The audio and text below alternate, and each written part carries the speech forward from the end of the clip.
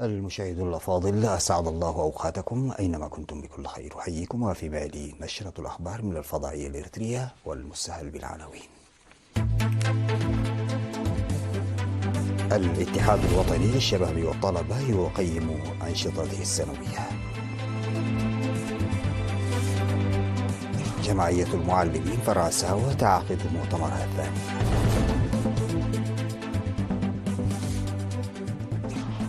تنظيم انتخابات إدارات ضواحي صنعفه.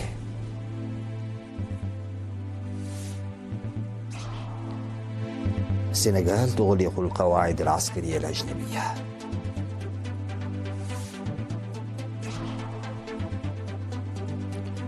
روسيا توسع قائمة حظر الدخول ردا على عقوبات الاتحاد الأوروبي الجديدة. ومقتل مدير استخبارات في هجوم انتحاري جنوب إيران.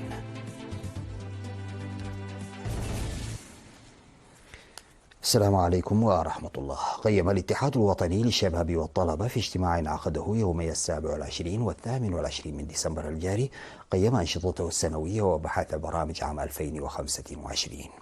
ووضح مسؤولو أقسام المكتب المركزي والأقاليم والمديريات في التقارير التي قدموها تنفيذ مهام فاعلة لرفع وعي ومشاركة الشباب والطلاب في الشؤون السياسية والتنظيمية، وترتقي بالرغبة والاهتمام بالتعليم وتعزز الوعي الاجتماعي والاقتصادي، وبرامج توعية ثقافية وإعلامية بالتركيز على إدارات الضواحي والمدارس.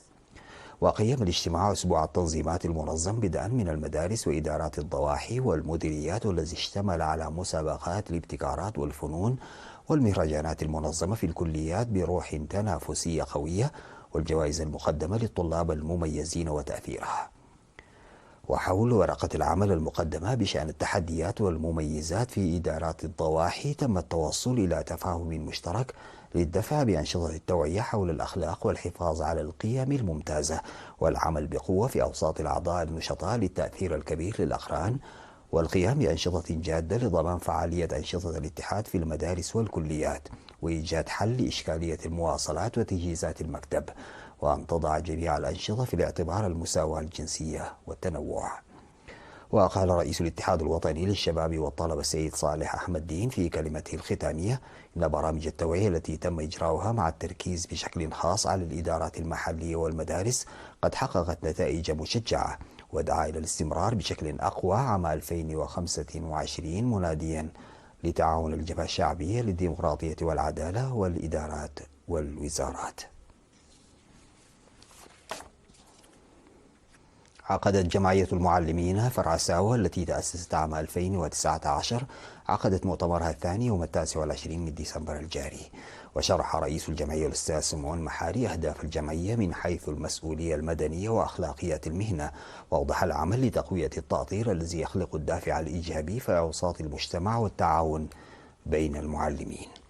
من جانبه دعا مدير مدرسة وارساي كالو الأستاذ رسوم قبرهيوت جميع المعلمين إلى العمل الجاد من أجل تطور الجمعية باعتبارها جمعية مهنية وتعاونية. وفي الختام انتخب المؤتمرون لجنة تنفيذية لإدارة فرع الجمعية، موصيا بزيادة مبلغ الدعم المقدم لعضو الجمعية المتوفى وتقديم المساعدة للمعلمين المرضى والراغبين في إعداد أوراق بحثية.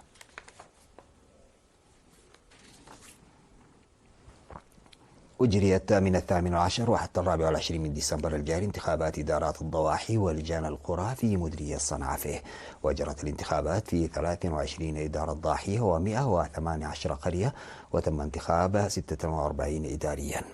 وأوضح مدير مديرية صنعفه سيد إدريس علي شكر إن القيام بأنشطة التوعية الانتخابية مسبقا أسهم في إنجاح العملية الانتخابية، داعيا للإدارات المنتخبة لخدمة المواطن بتفان وإخلاص دون فرز. وسيعمل المدراء المنتخبون في 23 إدارة ضاحية ولجان القرى لمدة 3 أعوام. دعا مدير مديرية هيكوت السيد شيخ الدين صالح لدى لقائه السكان إلى تعزيز المشاركة الشعبية من أجل التنفيذ الفعال للأنشطة التنموية والإدارية، وشدد على أهمية المشاركة الشعبية في كافة البرامج التنموية المخطط لها بشكل عام، والحفاظ على التربة والمياه ومساعدة المحتاجين. وأوضح مسؤول وحدة التنمية الاقتصادية السيد هينوك صقاي أن التنسيق ضروري لضمان تنفيذ البرامج المخطط لها. استشهد في 29 من ديسمبر الجاري مسؤول مشاريع الدهلو ومسؤول المياه في الإقليم الأوسط السيد صالح أحمد دين إبراهيم عن عمر بلغ 55 عاما جراء مرض فجائي. الفقيد صالح أحمد دين عضو الدفعة 11 من الخدمة الوطنية المعروف بتفانيه واهتمامه الكبيرين، ساهم كثيرا في المشاريع الإعمارية الكبيرة في البلاد، ومن بينها طريق مصوع عصب، وبناء مصانع الإسفنج في مصوع وألبو، وتشييد البنية التحتية لتوزيع المياه، ومصنع البلاستيك في حرقيقو، وبناء جسور القاش وتكومبية وهيكوتا وألبو وبارنتو وعبد قشي وعد عمر، وبناء سدي كركبت ولوجو، وبناء جسر كركبت ومركز قحطيلة التجاري، وبناء ورشة صيانة القوارب في مصوع. كما ساهم السيد صالح أحمد الدين في الأعمال الثقيلة الهامة والعاجلة ذات الطابع العسكري في مختلف الجبهات، وخدم شعبه ووطنه بتفان عال حتى يوم استشهاده.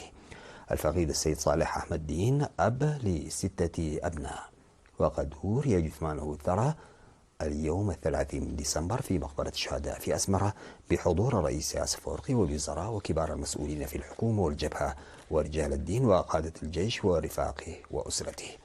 وتعرب مشاريع الدهلو وقسم المياه في الإقليم الأوسط عن بالغ حزنها لاستشهاد السيد صالح أحمد الدين الفجائي، وتقدم تعازيها لأسرته وأقربائه وزملائه. بعد الفاصل سادتي يعود بالأخبار الخارجية.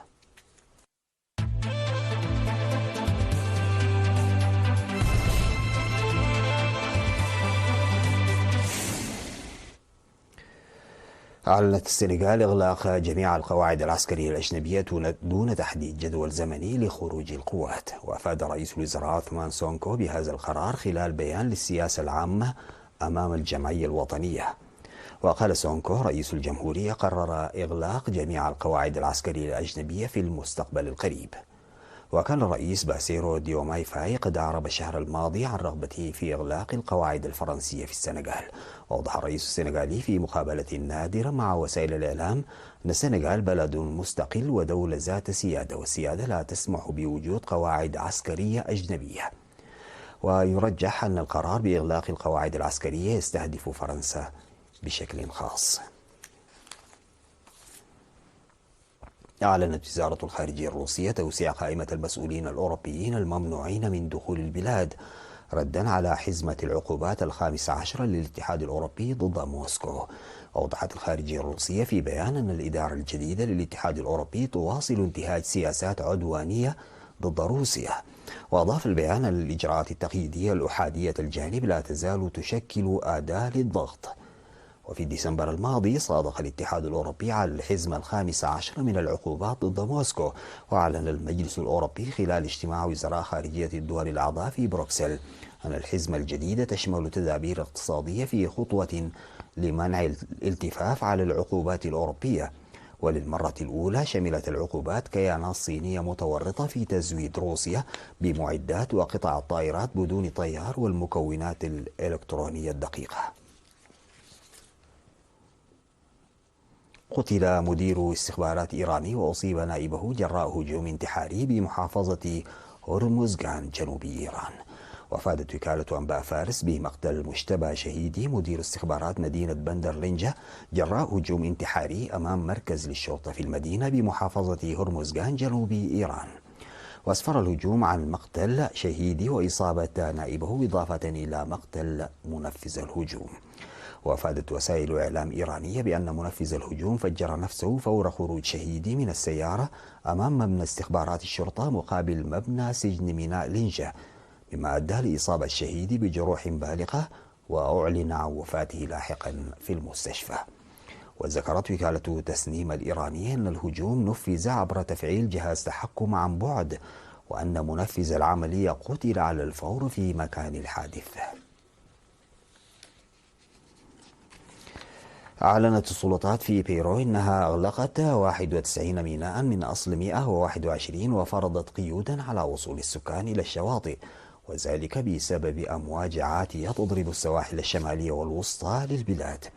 وشملت القيود خصوصا منع السفن السياحية وقوارب الصيد من مغادرة أي شاطئ أو ميناء في منطقة كالاو القريبة من العاصمة ليما، والتي يقع فيها أكبر مرفأ في البلاد.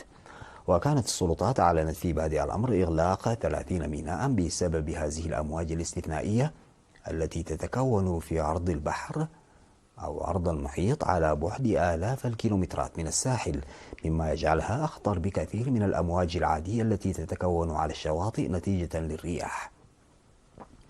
ووصل ارتفاع الأمواج الناجمة عن هذه الظاهرة إلى 4 أمتار، وقد ألحقت أضرارا بالعشرات من قوارب الصيد الصغيرة والمنشآت القريبة من البحر.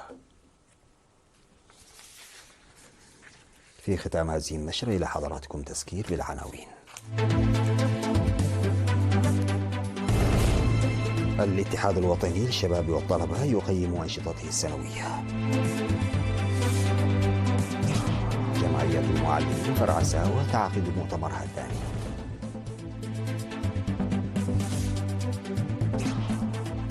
تنظيم انتخابات دارات ضواحي صنعفة.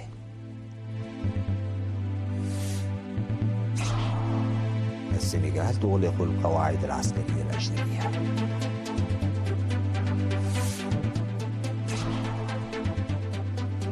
روسيا توسع قائمة حظر الدخول ردا على عقوبات الاتحاد الأوروبي الجديدة.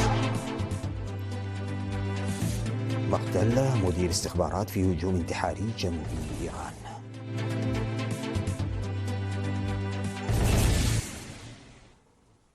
انتهت نشرة أخبار المساء قدمتها لحضراتكم من الفضائية الإلكترونية. شكرا لمتابعتكم، والسلام عليكم ورحمة الله تعالى وبركاته.